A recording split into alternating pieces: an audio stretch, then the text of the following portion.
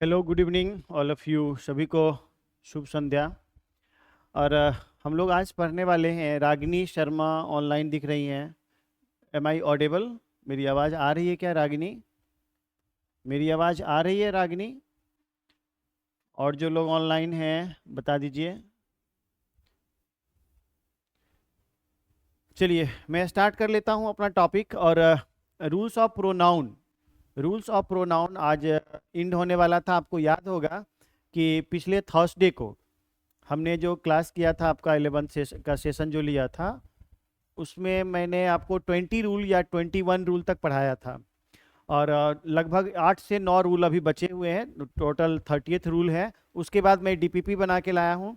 यानी आज दोनों 9 रूल प्लस डीपीपी वो दोनों अपलोड कर दिया गया है। आपको आप चेक कर लेना उसमें स्टोर में जाके। प्रोनाउन चैप्टर में, इंग्लिश में प्रोनाउन चैप्टर में जाओगे तो वहाँ पे सारा डीपीपी अपलोड किया हुआ, मैंने 1-1.5 घंटा पहले अपलोड किया था आपके लिए। ठीक है, तो आप उसको जाके बनाना। ये सर वॉइस आ रही है रागिनी? ठीक है, तो अभी हम लोग स्टार्ट कर लेते हैं। जहाँ तक हम लोगों ने पढ़ा था उसके बाद स्टार्ट कर लेते हैं। मैं, है ना, स्टार्ट कर लेता हूँ मैं। और वो रूल था कहाँ से? 21 से।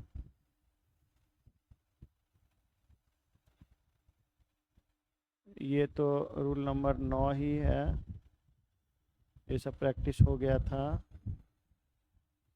ये 19 के बाद ये है 23। चलिए, यहाँ से मुझे प्रैक्टिस कराना था आपको, यानी रूल नंबर 21 से पढ़ाना था।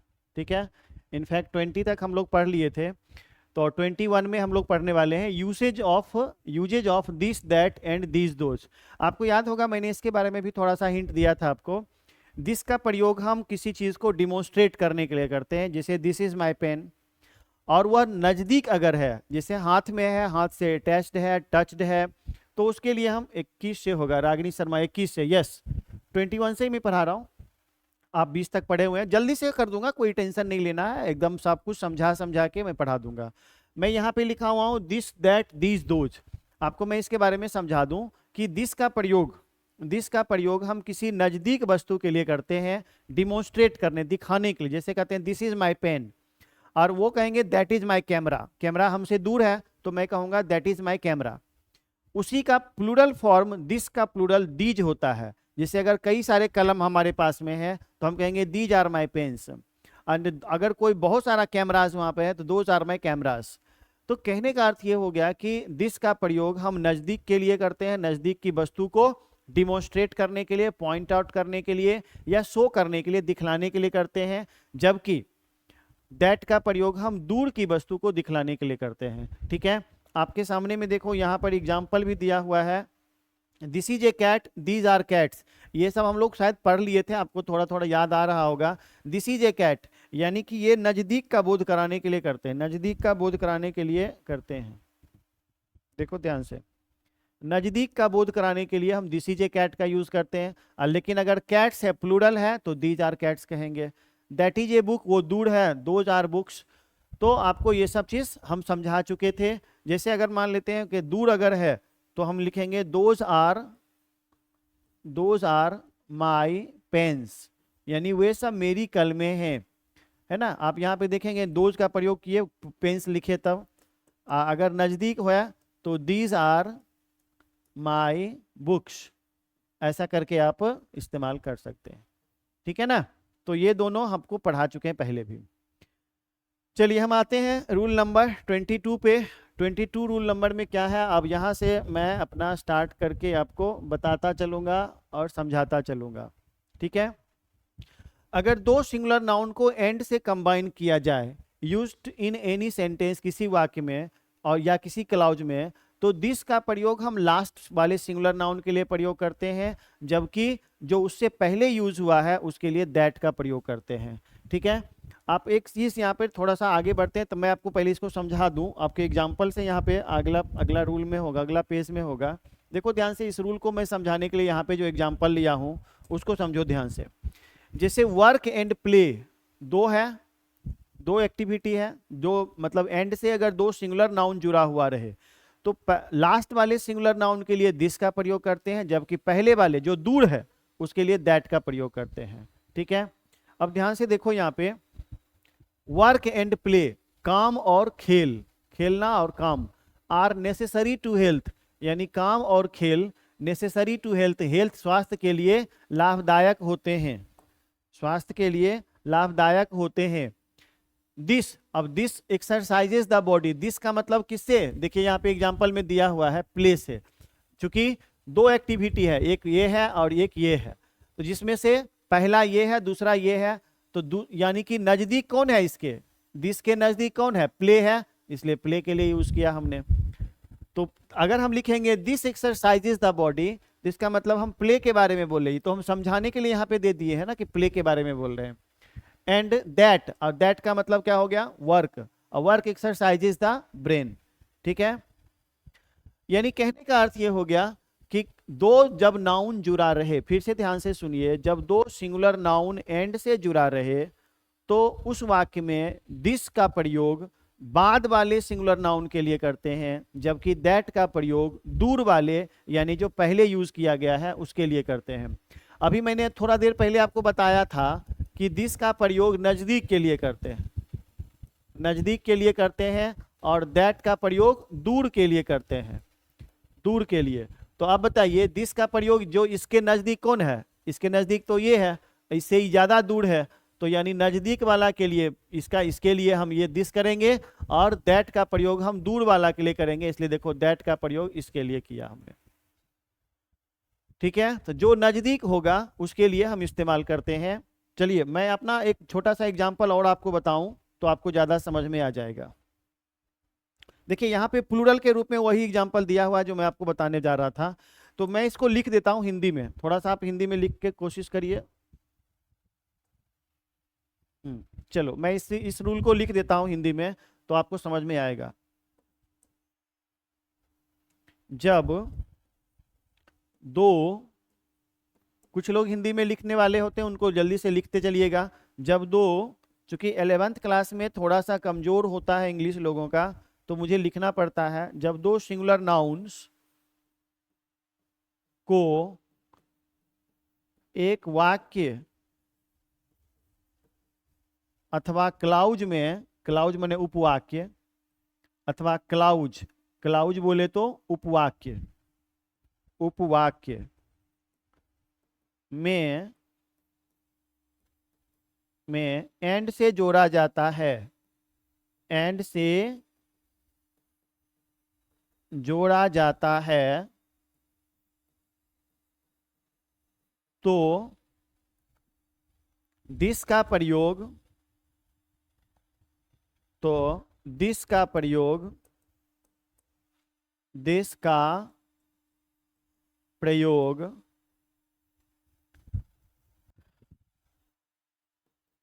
बाद वाले नाउन के लिए, बाद वाले नाउन है ना, यानी बाद वाले कहिए या लास्ट वाले कहिए, अंतिम वाले, यानी चलिए बाद ठीक ही शब्द था, बाद वाले नाउन तथा दैट का प्रयोग, दैट का प्रयोग पहले वाले नाउन के लिए किया जाता है, पहले वाले नाउन के लिए किया जाता है, पहले वाले नाउन के लिए किया जाता है,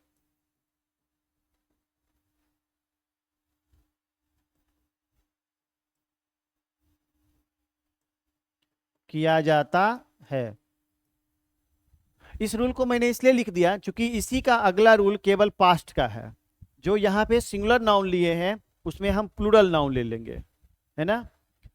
जैसे मान लेते हैं अगर हम ये बोलें कि गाय और घोड़ा दो जानवर होते हैं, जिसमें से गाय का प्रयोग हम दूध लेने के लिए करते हैं, यानी गाय हमें दूध देती है जबकि घोड़ा हमें एक जगह से दूसरे जगह ले जाता है। तो दोनों नाउन का प्रयोग अगर हम एंड में प्लूरल के साथ करेंगे तो जहां दिस लगाए थे वहां दीज लगा देंगे, और जहां दैट लगाए थे वहां दोज लगा देंगे। ठीक है, अब अगले रूल पे हम चलते हैं, वो आपको दिखाते हैं एग्जाम्पल। आप देखो यहाँ पे जो एग्जाम्पल मैंने अभी दिया था, और उसी को सब कुछ सेम टू सेम है, यहाँ पर केवल आप यूज कर लेना है। देखो वहां पर सिंगुलर था और यहाँ पर क्या है, प्लूरल नाउन है, बस जहां सिंगुलर था वहां प्लूरल कर लेना है बस। आप एग्जाम्पल में देखो, उसका हिंदी हम इसलिए नहीं लिख रहे हैं क्योंकि सब कुछ वही सब कुछ है, सेम कॉन्सेप्ट है। देखो यहाँ पर क्या लिखा हुआ, cows, cows and horses. Cows and horses का मतलब हो गया गाय और घोड़ा आर यूजफुल एनिमल्स, उपयोगी जानवर होते हैं। दीज, दीज का मतलब किससे करेंगे, जहां दिस लगाते थे, तो चूंकि ये प्लूरल है, काउस लिखा हुआ है, हॉर्सेस लिखा हुआ है, तो दीज का प्रयोग हम हॉर्सेस के लिए किए हैं। तो देखो यहाँ हॉर्सेस हमने ब्रैकेट में लिख भी दिया है। यानी दीज कैरियस, जब हम दीज लिखते हैं तो इसका मतलब हम हॉर्सेस के बारे में लिख रहे हैं, यानी मतलब क्या, बाद वाले नाउन के लिए लिख रहे हैं। Carries from one place to another place, है ना, एक जगह से दूसरे जगह ले जाता है। एंड दोज, दोज का प्रयोग किसके लिए किए हैं, काव के लिए किए हैं, क्योंकि पहला नाउन हमारा क्या है, प्लूरल नाउन काव, और दूसरा प्लूरल नाउन क्या है, हॉर्स। तो दिस का प्रयोग, दीज का प्रयोग सॉरी हॉर्स के लिए, और दोज का प्रयोग काउस के लिए करेंगे। गिव्स अस मिल्क, देखिए यहाँ पे एंड दोज, यहाँ गिव अस होगा, गिव्स अस गलती से लिखा गया, यहाँ क्या होगा, गिव, है ना, टाइपिंग एरर हो गया ये।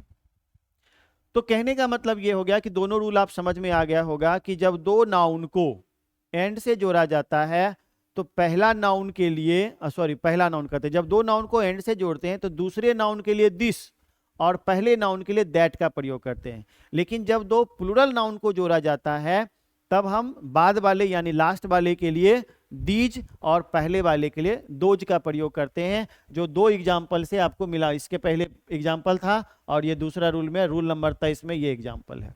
ठीक है, समझ में आ गया होगा, यस सर, समझ में अब आ गया होगा तभी आप यस सर लिख रहे हैं। चलिए हम आगे बढ़ते हैं। देखो एक चीज समझ लो कि प्रोनाउन जो मैं अभी पढ़ा रहा हूं वो लास्ट हो रहा है, थोड़ा बोरिंग होगा, आई नो, मुझे पता है कि थोड़ा टफ रूल है, 11th के बच्चों के लिए उतना ज्यादा लोड नहीं ले पाते हैं, लेकिन आपको थोड़ा सा सीखने की जरूरत है। एक ही चीज को मैं बार बार बोलूंगा, समझाऊंगा तो थोड़ा सा दिमाग में आ ही जाएगा।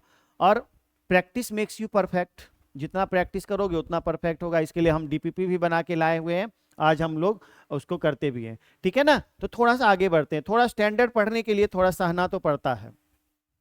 चलो अब ठीक है, अब दूसरा रूल पे चलते हैं।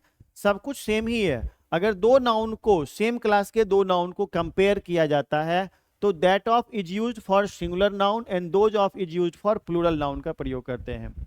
यानी अब इसके एग्जांपल से मैं फिर से आपको बताऊं, यहां पे जाएंगे तो देखो ध्यान से, इस पर हमने आपको डीपीपी भी करवाना है। देखिए ध्यान से, the climate of Pune is better than Mumbai. इसका मतलब है ये सेंटेंस गलत है। कैसे गलत हो गया ये सेंटेंस, ध्यान से देखना, ये सेंटेंस गलत कैसे हो गया। इसमें है कि पुणे की जलवायु बंबई से बेहतर है, तो बंबई से बेहतर नहीं है बल्कि मुंबई से, मुंबई की जलवायु से बेहतर है कि नहीं। इसका अर्थ क्या आ गया कि पुणे की जलवायु बंबई से या मुंबई से बेहतर है, जबकि एक वाक्य गलत है। होना क्या चाहिए कि पुणे की जलवायु बेहतर है मुंबई की जलवायु से। तो ये सेंटेंस होना चाहिए था कैसे, the climate of Pune is better than, देखो ध्यान से, दैट ऑफ मुंबई। ये जो दैट ऑफ मुंबई लिखा हुआ है ना, इसका मतलब है लिखा हुआ climate of Mumbai, climate of Mumbai. जैसे अगर मैं बोलता हूं कि मेरी कलम राम से अच्छी है, तो इसका मतलब यह होता है कि मेरी कलम राम की कलम से अच्छी है, ना कि राम से अच्छी है। कलम की तुलना राम से नहीं है बल्कि कलम की तुलना राम की कलम से है। तो इसके लिए हम सिंगुलर अगर रहता है तो दैट ऑफ का प्रयोग करते हैं। ये देखिए यहां पर ध्यान से देखना, दैट ऑफ, ये दैट ऑफ। और अगर यही प्लूरल रहता तो दोज ऑफ का प्रयोग करते हैं। दिस मैंने क्या बोला था आपको कि जब यहाँ पे हम लोग करते हैं तो चूंकि ये दूर है इससे, तो इसलिए दैट ऑफ का प्रयोग करते हैं, और इसी के प्लूरल के लिए दोज ऑफ का प्रयोग करते हैं। देखो the streets of Delhi, Delhi की स्ट्रीट, स्ट्रीट का मतलब होता है गलियां, आर वाइडर देन मुंबई, यानी दिल्ली की गलियां मुंबई से चौड़ी हैं, वाइडर हैं। जबकि होना क्या चाहिए कि दिल्ली की गलियां मुंबई की गलियों से ज्यादा चौड़ी है। तो दिल्ली की गलियां मुंबई की गलियों से चर्चा होगा ना, जब तुलना होगी ना, तो इसीलिए आप देखना यहाँ पे हम दोज का प्रयोग किए हैं, चूंकि स्ट्रीट्स लिखा हुआ यानी प्लूरल है। तो सिंगुलर रहेगा तो दैट ऑफ, प्लूरल रहेगा तो दोज ऑफ का प्रयोग करते हैं। ठीक है, समझ में आ गया होगा। चलो अब अगला रूल, चूंकि अब लास्ट हो रहा है तो थोड़ा सा आपको टफ रूल्स मिलते हैं और patiently you will have to complete it now.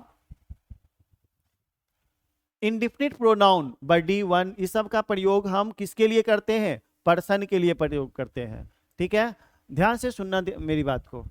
जितने भी वन वाले शब्द होते हैं और जितने भी बडी वाले शब्द होते हैं, जैसे no one, someone, anyone, everyone, nobody, somebody, anybody और एवरीबडी, ये जितने भी वन और बडी वाले शब्द होते हैं वो सभी बाय डिफॉल्ट पर्सन को व्यक्त करते हैं, वो सभी सिंगुलर होते हैं और बाय डिफॉल्ट ये हमेशा मैस्कुलिन जेंडर माने जाते हैं।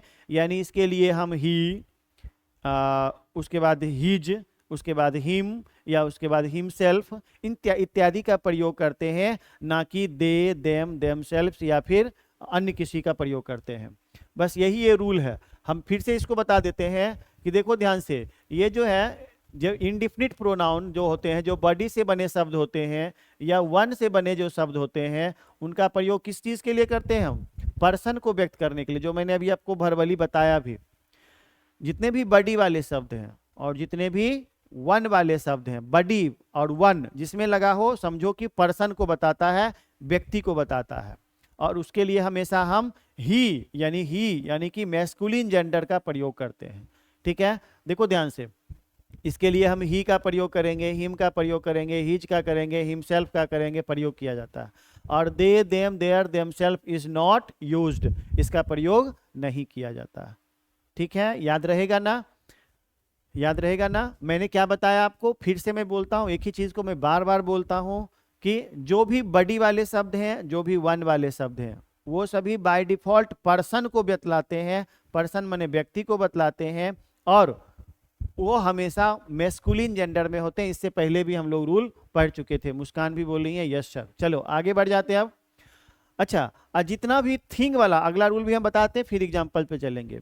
जितना भी थिंग वाला शब्द होता है, थिंग, THING, यानी इससे वस्तु का बोध होता है, और इससे जैसे नथिंग, समथिंग, एनीथिंग, एवरीथिंग, इससे वस्तु का बोध होता है। जैसे इसमें पर्सन का बोध होता था, तो थिंग से बने हुए शब्द से थिंग यानी कि वस्तु का बोध होता है।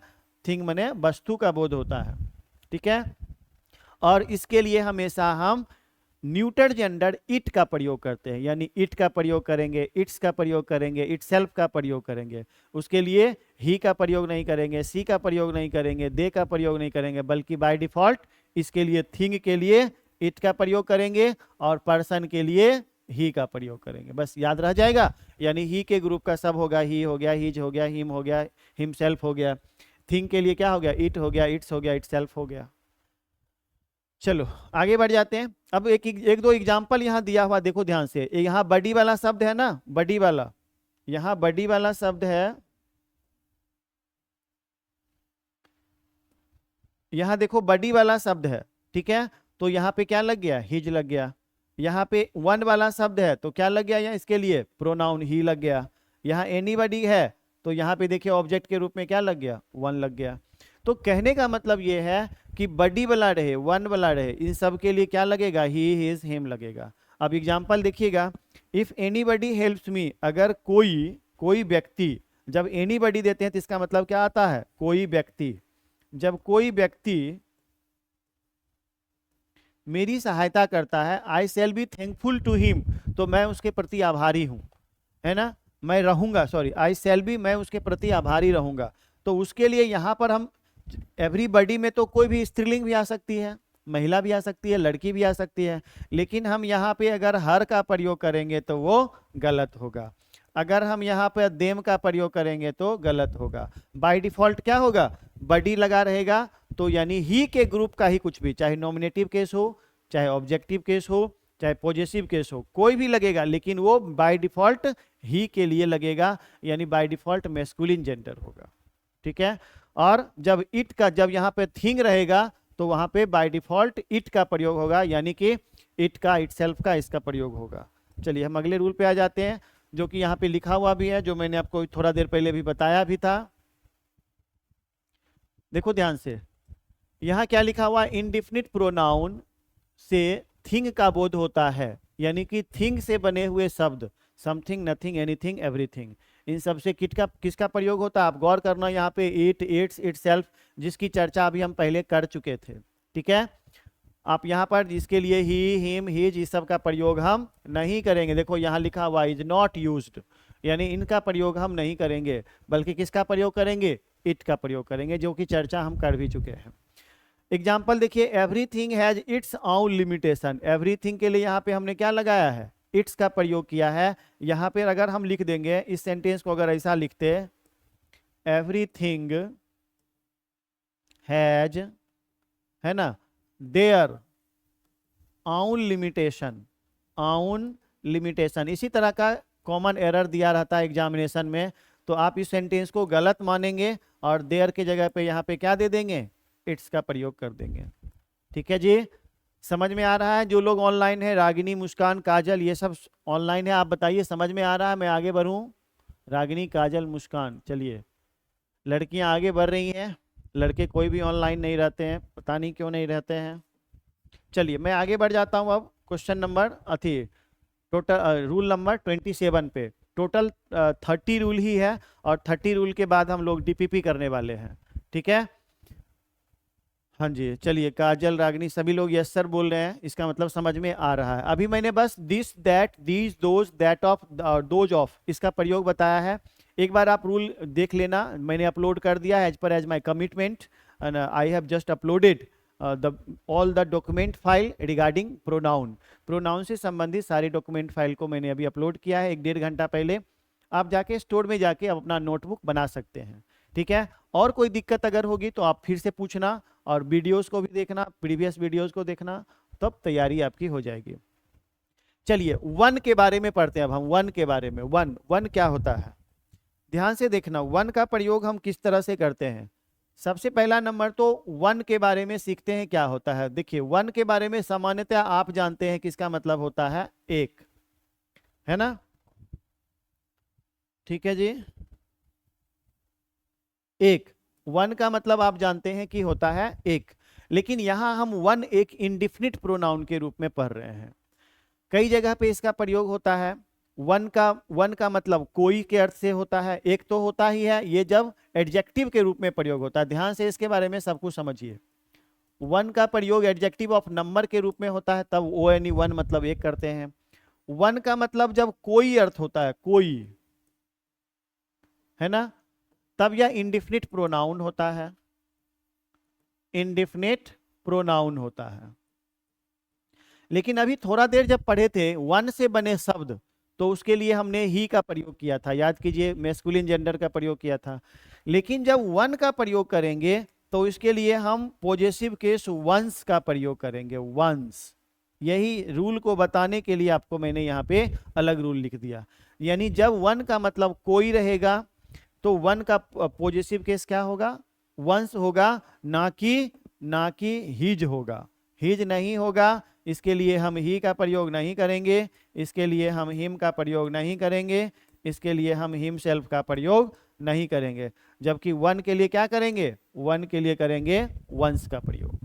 ठीक है जी, देखिए, जैसे one should love one's country, यानी वन का प्रयोग, एक तीसरा प्रयोग भी है, वन का मतलब कोई से है, और वन का मतलब सभी के अर्थ से भी है। जैसे देखो, वन का मतलब यहाँ पे सभी से भी है, सभी, यानी इंप्लीमेंटेड फॉर ऑल। वन का मतलब सभी, यानी प्रत्येक, इसके अर्थ के लिए भी हम यूज करते हैं, और इसको कहते हैं implemented for all. Implemented for all, यानी जब सब पर लागू होने का बोध होता है। जैसे गरीबों की सहायता करनी चाहिए, तो क्या लिखते हैं? One should help the poor, one should help the poor, लिखते हैं ना भाई, गरीबों की सहायता करनी चाहिए। ये जो वन है ना, इसी को इंडिफिनिट प्रोनाउन कहते हैं। और यहाँ पे आप गौर करके देखेंगे कि one should help one self, तो वन के लिए क्या लग गया? वन सेल्फ, ना कि यहाँ पर हम हिमसेल्फ अगर दे देते तो हमारा हो जाता गलत, ये हो जाता गलत। उसी तरह से वन के लिए देखिए, यहाँ पे क्या लिख दिया हमने? वंस, यानी कि हर किसी को अपने देश से प्यार करना चाहिए, हर किसी को अपने देश से प्यार करना चाहिए, यानी वन के लिए यहाँ पे हम क्या इस्तेमाल कर लिए, वंस। जबकि आपको याद होगा कि इससे प्रीवियस वीडियोस में हमने बोला था, मैं फिर से एक बार सबको टाइप करके दे देता हूं, कि अगर वन वाला कोई शब्द रहे, यानी वन से बने हुए शब्द या बडी से बने हुए शब्द रहेंगे, तो आप उसे ही ग्रुप का मानेंगे, यानी कि मैस्कुलिन जेंडर मानेंगे, ही, हिम, हिज, हिमसेल्फ। अगर कोई थिंग से बना हुआ शब्द मिले, ठीक है, यानी कि नथिंग, समथिंग, एनीथिंग, तो उसके लिए आपको क्या मानना है, इट मानना है, यानी इट मानना है, इट सेल्फ मानना है, उसके बाद इट्स मानना है पॉजिटिव केस के लिए, जैसा सेंटेंस में रहेगा। लेकिन जब वन से बना हुआ शब्द नहीं बल्कि वन खुद रहे, तो इसके लिए पॉजिटिव केस हम किसका प्रयोग करेंगे, वंस का प्रयोग करेंगे, है ना, वंस का प्रयोग करेंगे। तो इस तरह से ये जो तीनों कॉन्सेप्ट मैंने अभी अलग अलग रूल में पढ़ाया, उसको फिर से यहाँ पे आपको रिवाइज कर दिया। चलिए ठीक है, अपने पेज पे आ जाते हैं अब हम।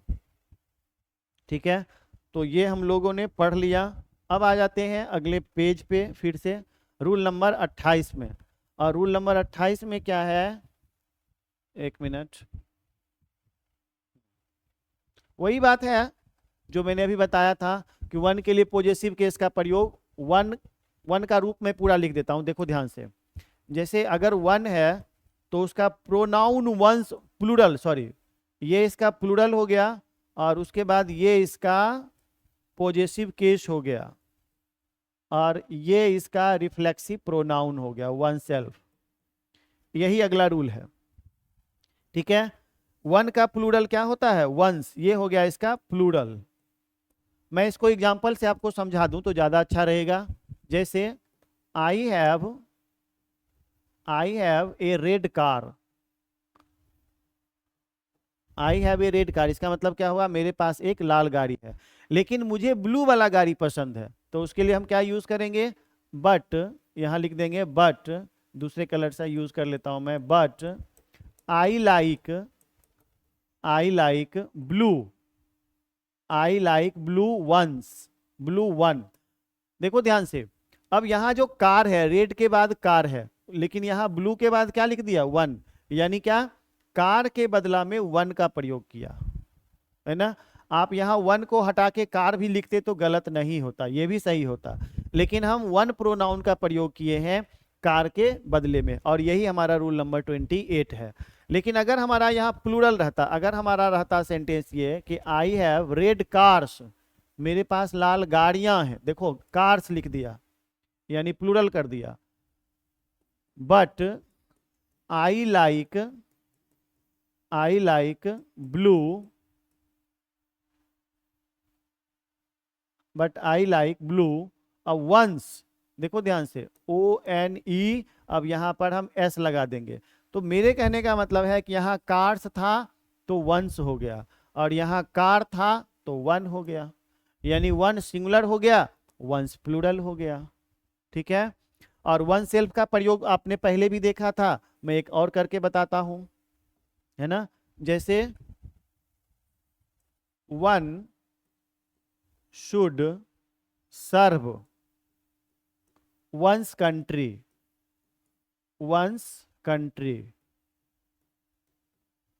अब देखो ये जो वन लगा हुआ है, इस वन का ये रिफ्लेक्सिव, सॉरी रिफ्लेक्सिव कहते हैं, ये हो गया इसका पॉजिटिव केस, यानी यहां से लेके इसका पॉजिटिव केस हो गया, ये यहाँ पर सिंगुलर और प्लूरल का बताने के लिए हो गया। तो इसका और वन का प्रयोग सब पर लागू होने का बोध करने के लिए करते हैं। जैसे अगर कहते हैं कि सभी को समय पर दवाई लेना चाहिए, है ना, तो one should take medicine on time, यानी जो सब पर लागू होने का बोध कराता है, वहां पे हम ONE, वन का प्रयोग करते हैं। वन एक इंडिफिनिट प्रोनाउन होता है, इसका पॉजिटिव केस वंस करते हैं, ONE एपोस्ट्रॉफी S। यही रूल नंबर 28 में हम लोगों ने पढ़ा। ठीक है जी, चलिए एक बार उसको चेक कर लें। यही रूल था आपको, I have a red card, चलो ठीक है, इस तरह का एग्जाम्पल हमने दे दिया, बता दिया सब कुछ।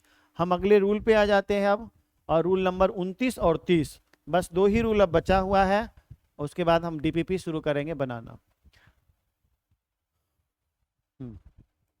चलिए, रूल नंबर 29 में बहुत ही इंपॉर्टेंट है, थोड़ा सा इस पर ध्यान अगर आप दोगे तो आपको समझ में आ जाएगा। से बने जितने भी शब्द होते हैं वो अफर्मेटिव सेंटेंस में प्रयोग किए जाते हैं, जबकि एनी से बने हुए शब्द निगेटिव सेंटेंस में प्रयोग किए जाते हैं। बस इतना सा याद रखना है। सम, SOME, सम का मतलब कुछ होता है, एनी का मतलब कोई होता है। यानी सम से जितने भी शब्द बनेंगे वो सभी अफर्मेटिव, यानी कि अफर्मेटिव का मतलब क्या होता है, स्वीकारोत्मक वाक्य। अफर्मेटिव जिसमें नो निगेटिव नहीं वर्ड रहता है, अफर्मेटिव जिसका स्ट्रक्चर सब्जेक्ट प्लस वर्ब होता है। यानी कि सम से बने हुए शब्द अफर्मेटिव सेंटेंस में यूज किए जाते हैं, जबकि एनी से बने हुए शब्द निगेटिव सेंटेंस में प्रयोग किए जाते हैं। जैसे देखो ध्यान से, अब यहां पर एग्जाम्पल सब कुछ लिखा हुआ भी है, देखो सम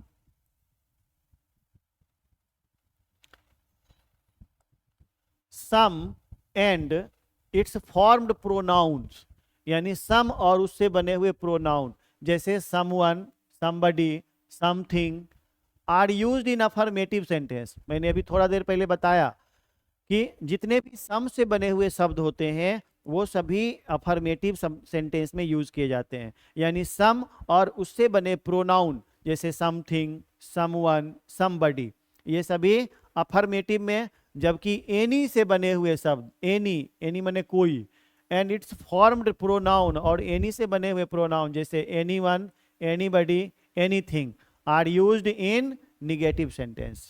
ठीक है, अगर इसे हिंदी में लिखेंगे तो क्या बोलेंगे आप, थोड़ा टाइम ज़्यादा लग जाता है इसलिए मैं हिंदी में थोड़ा अवॉइड कर रहा हूँ, जहाँ ज़्यादा जरूरी होता है वहाँ मैं लिख देता हूँ। मतलब क्या है कि सम का प्रयोग हम सम या उससे बने हुए प्रोनाउन का प्रयोग हम अफर्मेटिव सेंटेंस में, जबकि एनी अथवा उससे बने हुए प्रोनाउन का प्रयोग निगेटिव सेंटेंस में करते हैं। ये यहाँ पे लिखा हुआ है। ठीक है, अब यहाँ पे कुछ एग्जाम्पल्स दिए रहते हैं, उसके बारे में आप थोड़ा सा समझ लो। जैसे he has bought some mangoes, है ना, ये अफर्मेटिव सेंटेंस है, ये अफर्मेटिव सेंटेंस है ना, ये अफर्मेटिव सेंटेंस है भाई। देखो ध्यान से, ये अफर्मेटिव सेंटेंस है। अगर रहता कि ही हैज नॉट बाउट, तब यहाँ पे हम सम का प्रयोग नहीं करते, तब हम क्या करते, एनी का प्रयोग करते। देखो ध्यान से, I have not any pen, अगर आप लिखेंगे I have not some pens तो ये गलत हो जाएगा। ठीक है, निगेटिव सेंटेंस में एनी का प्रयोग करना सही होता है, जबकि सम जिस वाक्य में रहेगा वो सेंटेंस अफर्मेटिव होना चाहिए। ठीक है ना, जैसे अगर हम लिखेंगे आई हैव नॉट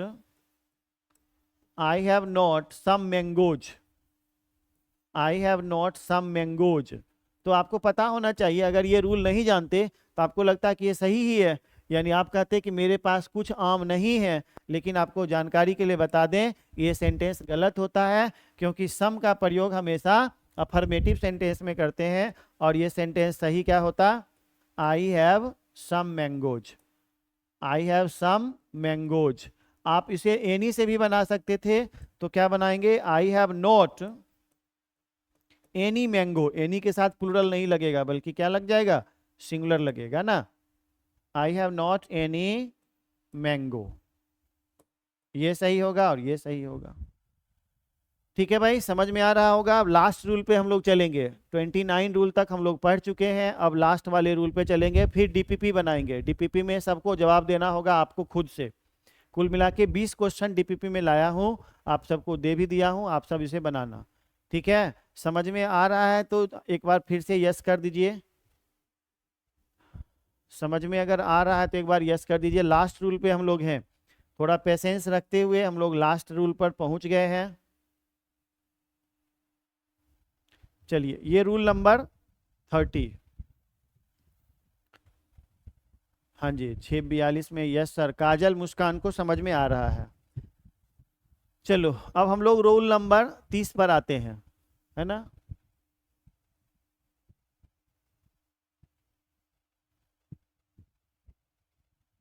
चलो ठीक है, आपको ना ऑल के बारे में समझाना है। ऑल, ऑल के बारे में आप पहले से भी जानते हैं कि ऑल का मतलब क्या होता है, सब होता है। ऑल का मतलब सब होता है, ऑल का मतलब सभी होता है ना।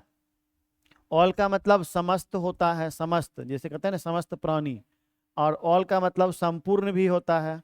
तो ये कुल मिला के ये 3-4 अर्थ के लिए हम लोग ऑल का प्रयोग करते हैं। ये ऑल का प्रयोग करने के लिए, तो ऑल का प्रयोग भी इनडिफिनिट प्रोनाउन के लिए किया जाता है।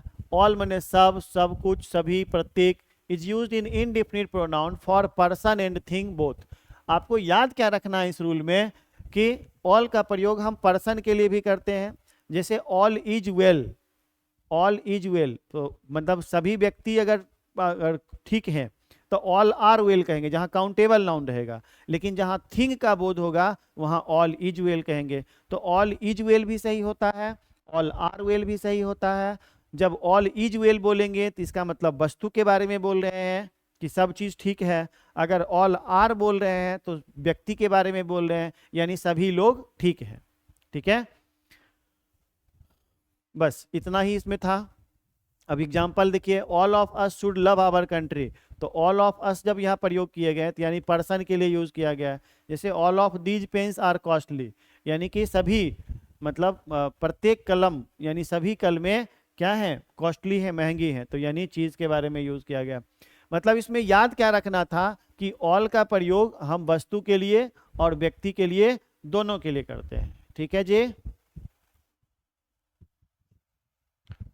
कुछ एग्जाम्पल यहाँ पे देखिए, कुछ लिखा हुआ है, संपूर्ण या समस्त के सेंस में भी नंबर तथा क्वांटिटी को बताने के लिए करते हैं। जैसे all the boys are present, all the milk was sold. देखो यहाँ पे सिंगुलर अनकाउंटेबल नाउन भी लगता है और प्लूरल काउंटेबल नाउन भी लगता है इसके बाद में।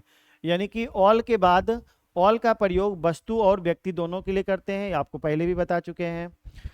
ऑल के बाद हम सिंगुलर अनकाउंटेबल नाउन भी यूज करते हैं, लेकिन जब सिंगुलर अनकाउंटेबल नाउन यूज करेंगे तो सिंगुलर वर्ब लगेगा, और प्लूरल काउंटेबल नाउन लगाएंगे तो प्लूरल वर्ब लगेगा। चूंकि बॉयज लिखे हैं तो एक से ज्यादा लड़का यानी काउंटेबल यानी गिनती कर सकते हैं, जबकि दूध की गिनती नहीं कर सकते हैं, इसलिए मैंने लिख दिया SUN, सिंगुलर अनकाउंटेबल नाउन।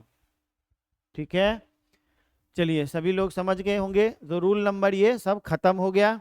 अब हम लोग अगले पर आते हैं जो कि DPP हमारा है। ठीक है, और हम आपको अब क्वेश्चन देने वाले हैं और आपसे ही बनवाने वाले हैं इसका। ठीक है, DPP, fill in the blanks with suitable pronouns which is given in the options. आपको बताना है अब। ठीक है जी, चलो सब लोग तैयार रहो मोबाइल पे टाइप करने के लिए। ठीक है, मैं लिखूं, मैं बनाऊं, आगे दूं, क्वेश्चन दूं बनाने के लिए।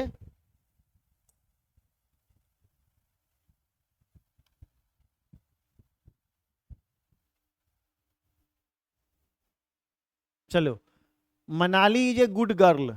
देखो मनाली एक, चलो आप बना के दिखाना है। मनाली एक अच्छी लड़की है।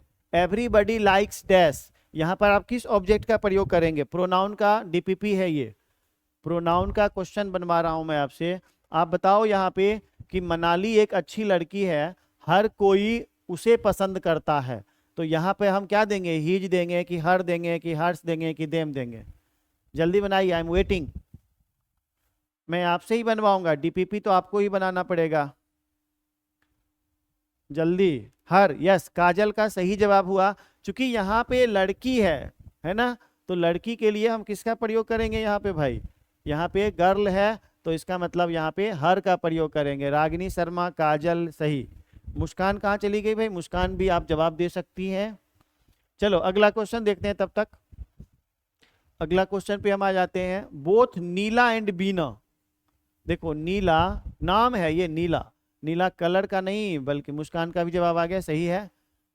नीला एंड बीना आर टायर्ड, यानी नीला और बीना थकी हुई दोनों। डैश हैव गॉन होम, यानी कौन घर चले गए? बताइए यहाँ पर क्या होगा? ऑल होगा कि ही होगा कि सी होगा कि दे होगा? तनी ध्यान से बनाइएगा, थोड़ा कंफ्यूजिंग वाला होगा लेकिन आपको बनाना है सही सही। दे होगा, काजल का जवाब सही आ गया, इसका आंसर क्या हो जाएगा भाई? दे। चलिए रागिनी का भी दे, यानी बोथ नीला और बीना। अच्छा, ऑल क्यों नहीं होगा? आपको मैंने बताया था, याद होगा कि ऑल का प्रयोग दो से ज्यादा के लिए करते हैं, और यहाँ पे दो ही लड़की है, नीला है और बीना है, तो दो के लिए हम किसका प्रयोग करेंगे यहाँ पे? यानी दे का प्रयोग करेंगे, तो आपका आंसर हो जाएगा दे। चलो ठीक है, अगला। The two sisters loved dash very dearly. देखो ध्यान से, दो बहनें प्यार करती थीं बहुत ही प्रियतम रूप से। अब बताइए यहाँ पर ईच अदर होगा, वन अनदर होगा, ऑल ऑफ अस होगा कि बोथ ऑफ देम होगा? मैं एक बार बता दूं कि जब एक दूसरे से का बोध होता है तो दो के लिए ईच अदर का प्रयोग करते हैं और दो से ज्यादा के लिए वन अनदर का प्रयोग करते हैं। ये याद रखिएगा, तभी अब बनाइएगा। मैं फिर से यहाँ पे थोड़ा सा लिख भी देता हूं। देखो ईच अदर और वन अनदर, इस प्रोनाउन के बारे में मैंने पढ़ाया था आपको पहले। इस दोनों का अर्थ होता है एक दूसरे के लिए, है ना, लेकिन आप इस दोनों का प्रयोग अलग अलग होता है। इसका प्रयोग होता है दो के लिए और इसका प्रयोग होता है दो से ज्यादा के लिए। तो इसमें क्या हो जाएगा, द टू सिस्टर्स, देखो टू लिखा हुआ है तो क्या आंसर हो जाएगा, ईच अदर। मुस्कान का सही जवाब, रागिनी, काजल, सबका जवाब सही है। सभी ऑल आर इंटेलिजेंट गर्ल्स, लड़कियां बहुत तेज होती हैं, लड़कियां पढ़ती भी हैं, अब सब लोग बना भी रहे हैं।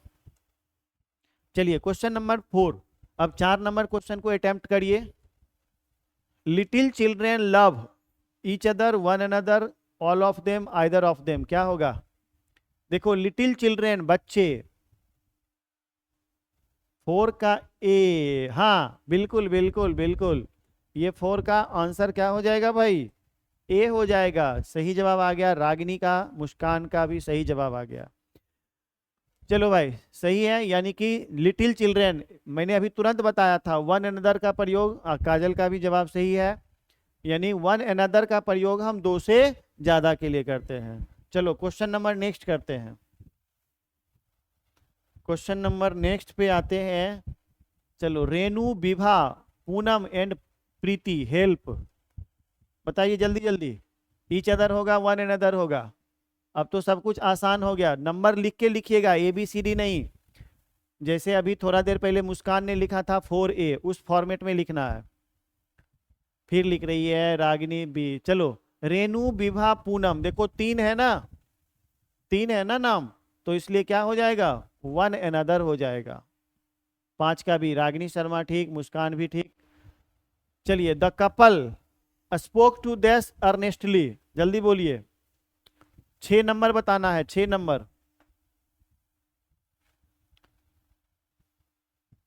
6 नंबर, 6 का क्या होगा, the couple spoke to. Couple में हमेशा दो होते हैं, कपल का मतलब जोड़ा होता है, जोड़ा का मतलब दो होता है, तो दो के लिए क्या लगाते हैं, ईच अदर, यानी 6 का ए होगा। ठीक है जी, अब आते हैं 7 नंबर पे। द टू मेन हेट, 6 का ए, ठीक है। 7 बताइए, 7 वेट कर रहा हूं मैं, बोलिए। 7 और 8 नंबर बताना है। क्वेश्चन नंबर 7 और क्वेश्चन नंबर 8 बताइए। 7 का ए, 7 का ए, 7 का ए, सबका जवाब आ गया। द टू मेन, ऑब्वियसली जब दिया हुआ है दो व्यक्ति तो ईच अदर का प्रयोग होगा, यानी कम से कम ईच अदर और वन अनदर के बारे में आप समझ गए। आप ना हमेशा, अगर आपको कंफ्यूजन होता है कि ईच अदर का प्रयोग दो के लिए होता है कि वन अनदर का प्रयोग दो के लिए होता है, तो आप याद रखना, एक सेंटेंस याद रखना, शादी में लिखा जाता है ना, मेड फॉर ईच अदर, है ना। आप देखे होंगे कि शादी ब्याह में कुछ स्लोगन बना रहता है तो उसमें लिखा रहता है मेड फॉर ईच अदर, यानी एक दूजे के लिए बने। तो शादी तो दो ही के लिए होता है ना, एक लड़का एक लड़की के लिए, तो वहां तो दो का बात होता है। तो इससे याद आ जाएगा इस सेंटेंस से, मेड फॉर ईच अदर से, कि ईच अदर का प्रयोग दो के लिए करते हैं जबकि वन अनदर का प्रयोग दो से ज्यादा के लिए करते हैं। चलो, क्वेश्चन नंबर 8 का भी जवाब मुस्कान दे रही है, रागिनी भी दे रही है, अरे काजल, सब तो सुपर फास्ट है भाई। चलो, dash of the two cows gives 10 litres of milk, हाँ 2 गायें, बिल्कुल। आप 8 नंबर में क्या जवाब दे रही हैं भाई, 8 नंबर में A number, each, yes, each of the two cows gives 10 litres of, बिल्कुल ठीक है, ईच। देखो एनी नहीं होगा, एवरी नहीं होगा, नन तो नहीं होगा। एवरी का प्रयोग दो से ज्यादा के लिए करते हैं, एनी का प्रयोग भी दो से ज्यादा के लिए करते हैं, आपको बताए थे। तो यानी क्या हो जाएगा, ईच का प्रयोग होगा। 8 का ए सबका सही है। चलिए हम अगला पर आ जाते हैं, क्वेश्चन नंबर 9 क्वेश्चन नंबर पे आते हैं। Dash of two boys was present. बोलो जल्दी से। 9 नंबर क्या होगा आंसर? 9 का जल्दी जल्दी जवाब दीजिए। देखो ध्यान से, यहाँ टू बॉयज लिखा हुआ है, तो एक तो नन दो से ज्यादा के लिए होता है, इसका प्रयोग आपको याद होगा। एवरी का प्रयोग भी दो से ज्यादा के लिए होता है। ये तो नन ऑफ दीज ही है, यानी आपका आंसर क्या हो जाएगा? ए। 9 का ए होगा। ठीक है जी, जवाब समझ में आ गया होगा। 10 डैश ऑफ द 5 टीम्स में विन। 5 लिखा हुआ, देखो ध्यान से, तो 5 के लिए आइदर होगा क्या? आइदर का प्रयोग दो में से एक के लिए होता है। एनी का प्रयोग दो से ज्यादा के लिए होता है, नाइदर भी नहीं होगा। ये तो नन ऑफ दीज है, यानी आपका आंसर क्या हो जाएगा? ए। 10 का हो जाएगा बी। चलो सब खत्म हो गया। अब हम इधर आते हैं।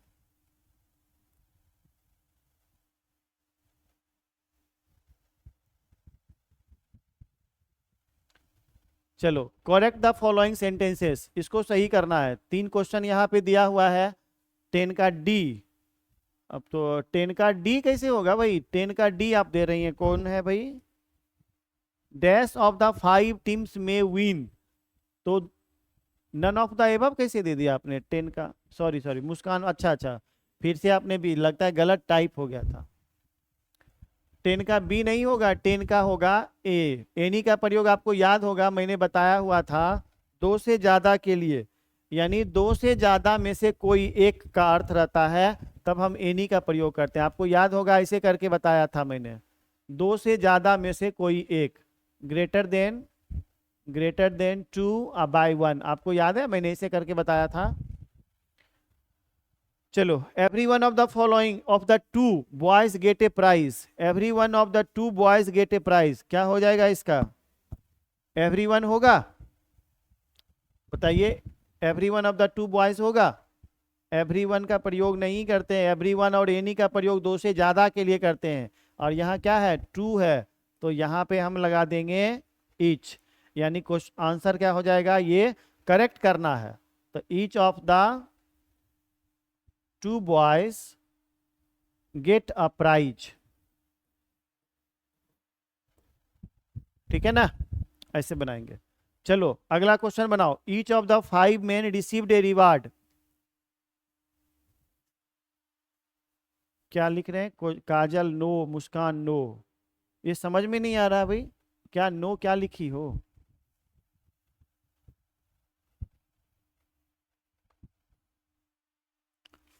यस, चलो कोई बात नहीं, नो यस बाद में कर लेंगे हम लोग। क्वेश्चन नंबर 2 बनाते हैं। क्वेश्चन नंबर 2 में क्या हो जाएगा? देखो यहाँ पे एवरीवन का प्रयोग दो था, इसलिए ओ सॉरी, दो था इसलिए हमने क्या कर दिया, यहाँ पे ईच का प्रयोग कर दिया। लेकिन यहाँ पे 5 है, तो यहाँ ईच नहीं देंगे, बल्कि क्या देंगे यहाँ पे? एवरीवन। आप सबको भेजा हुआ है, आप सब इसको बनाइएगा, मैं थोड़ा सा स्पीड में कर देता हूँ इसको। Any of the two roads, बताइए क्या हो जाएगा 3 नंबर में? 3 नंबर में क्या हो जाएगा भाई? Any of the two roads. Any का प्रयोग दो से ज्यादा के लिए करते हैं, तो क्या हो जाएगा? Either of the two roads. Either of the,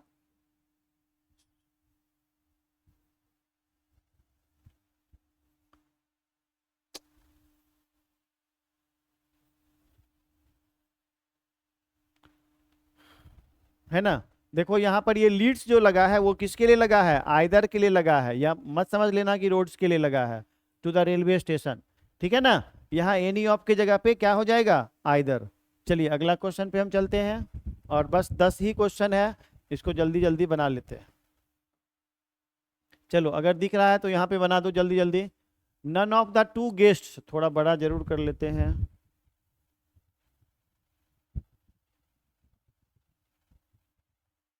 चलो बनाओ।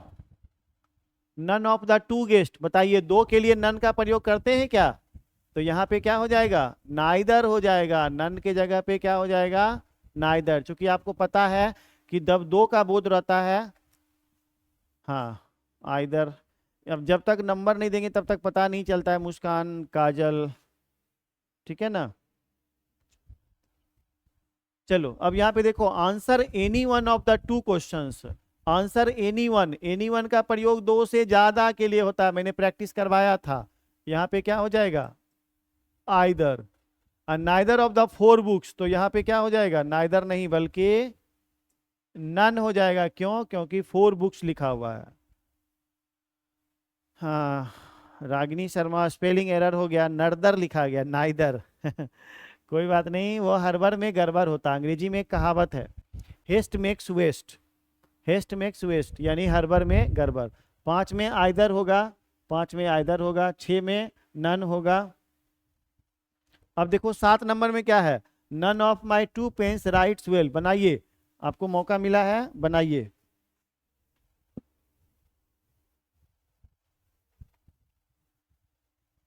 बोलिए, यहाँ टू है ना, तो टू है तो क्या हो जाएगा, नन होगा क्या। रागिनी शर्मा क्या लिख रही है, सॉरी सर। अरे सॉरी नहीं बोलना है भाई साहब, टाइपिंग एरर होता है भाई, है ना। अंग्रेजी में एक और कहावत है, टू अर इज ह्यूमन, गलती मानव की स्वाभाविक प्रक्रिया। आप तो मोबाइल पे टाइप करते होगे, तो ऑब्वियसली गलती हो जाती है, इसमें सॉरी नहीं बोलना है। चलो, यहाँ पे टू पेन्स है ना, टू पेन्स, तो टू पेन्स के लिए हम नाइदर का प्रयोग करेंगे, नन का प्रयोग नहीं करेंगे। चलो अगला, 8 नंबर बताओ। आप लोग थोड़ा पीछे हो जा रहे हो, 8 नंबर, 9 नंबर और 10 नंबर। चलो मैं वेट कर रहा हूं, सभी लोग बताओ। 8 नंबर, 9 नंबर, 10 नंबर आपके बनाने के लिए है ये।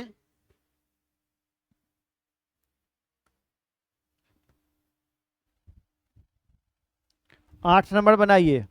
देखो यहाँ पे दिया हुआ है, सब एक जैसा मैंने दिया था, any one of the to main. तब जब दो आदमी है, सॉरी, तो इसमें क्या हो जाएगा, एनी वन की जगह पे क्या हो जाएगा, either, either of the to main would be able, would be able to do this work। ठीक है, हो गया ना। 8 में आइदर होगा, यस। 8 में एनी वन नहीं होगा, बल्कि क्या होगा, आइदर होगा। चलो अब 9 नंबर करो। The boys narrated stories each, यहाँ पे द बॉयज ईच नहीं लिखते हैं, ईच ऑफ द बॉयज ऐसे लिखा जाता है। Each of the boys narrated stories, narrated stories ऐसा करके इसे लिखते हैं। ठीक है, 9 में ईच लगेगा, यस। 10 में भी वही लगेगा। देखो, the students contributed 50 rupees each, है ना, ऐसा करके नहीं करते हैं, बल्कि क्या कहेंगे, each of the students, each of the students contributed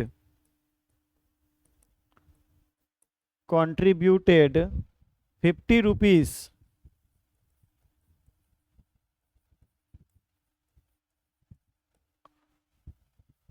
ठीक है जी, तो ये हो गया हमारा खत्म। 10 नंबर में ईच, 10 में ईच। काजल, रागिनी, जो लोग आज ऑनलाइन थे, सब कुछ समझ में आ गया। ठीक है, आज प्रोनाउन चैप्टर एंड हो गया। ठीक है, प्रोनाउन चैप्टर आज हो गया एंड, और आप लोग ऐसे ऐसे एंड ऐसे। चलो बी हैप्पी। और प्रोनाउन का मैंने बनाने भी दिया था, आप नोटबुक बना लेना। अच्छा, ट्रांसलेशन आज हमने नहीं किया, ट्रांसलेशन मैंने दिया हुआ है, अपलोड कर दिया था मैंने ट्रांसलेशन। आपसे गुजारिश है कि आप ट्रांसलेशन को जरूर बनाना। अगर दिक्कत होगी तो अगले क्लास में कमेंट में आप डाल देना कि सर इस में दिक्कत हुई थी। अगला दिन जब मैं मिलूंगा आपसे तो मैं आपको ट्रांसलेशन का रूल पढ़ाऊंगा। ऐसे अगला चैप्टर हम लोग पढ़ने वाले हैं एडजेक्टिव। एडजेक्टिव, अब एडजेक्टिव में ही पढ़ेंगे डिग्रीज, डिटरमाइनर, ये सारा चीज़ एडजेक्टिव में पढ़ेंगे। तो प्रोनाउन आपको कैसा लगा, कैसा समझ में आया, कितना समझ में आया, ये निर्भर करता है आपके पढ़ाई पर। मैंने कोशिश की कि जो आसान रूल होते हैं उनको भी पढ़ाऊं, जो टफ रूल्स होते हैं उनको भी पढ़ाया। मैंने थोड़ा ज़्यादा पढ़ाने का कोशिश किया, आपके हित के लिए, आपके फ़ायदे के लिए मैं ऐसा करता हूं। तो आप थोड़ा ज़्यादा मेहनत करो। ग्रामर में अगर आप एक बार अच्छे से मजबूती आपको मिल गई तो बोर्ड एग्जाम में आपको 100/100 आएगा, कोई काट नहीं सकता है। आपको मैं जैसा पढ़ा रहा हूँ बस सिर्फ उतना आपको करते रहना है, ठीक है। तो कुछ पूछना है, एक कोई आए हैं ऑनलाइन, तो बताइए कौन है भाई, अभी थोड़ा लेट आए हैं। रागिनी, काजल, मुस्कान, पल्लवी कुमारी। पल्लवी आप इतना लेट से ज्वाइन करेंगी तो कैसे समझ में आएगा, थोड़ा टाइम पर ज्वाइन किया करिए। और सभी लोगों से आग्रह है कि लाइव रहा करिए, लाइव अगर रहेंगे तो ज़्यादा आपको मज़ा आएगा। अभी बताइए अगर आप लाइव थे तभी तो आप इसका डीपीपी बना रहे थे, और जो लोग लाइव नहीं होंगे वो तो सिर्फ देखेंगे उस वीडियोस को, तो इससे उनको विशेष फायदा नहीं होगा। तो आप लोगों से गुजारिश हो कि जिस दिन डीपीपी हो, चाहे वह किसी सब्जेक्ट का हो, किसी टॉपिक के लिए हो, तो you should join as live class, आपको लाइव क्लास के रूप में ज्वाइन करना चाहिए। थैंक यू सो मच, आप सभी को गुड नाइट, थैंक यू।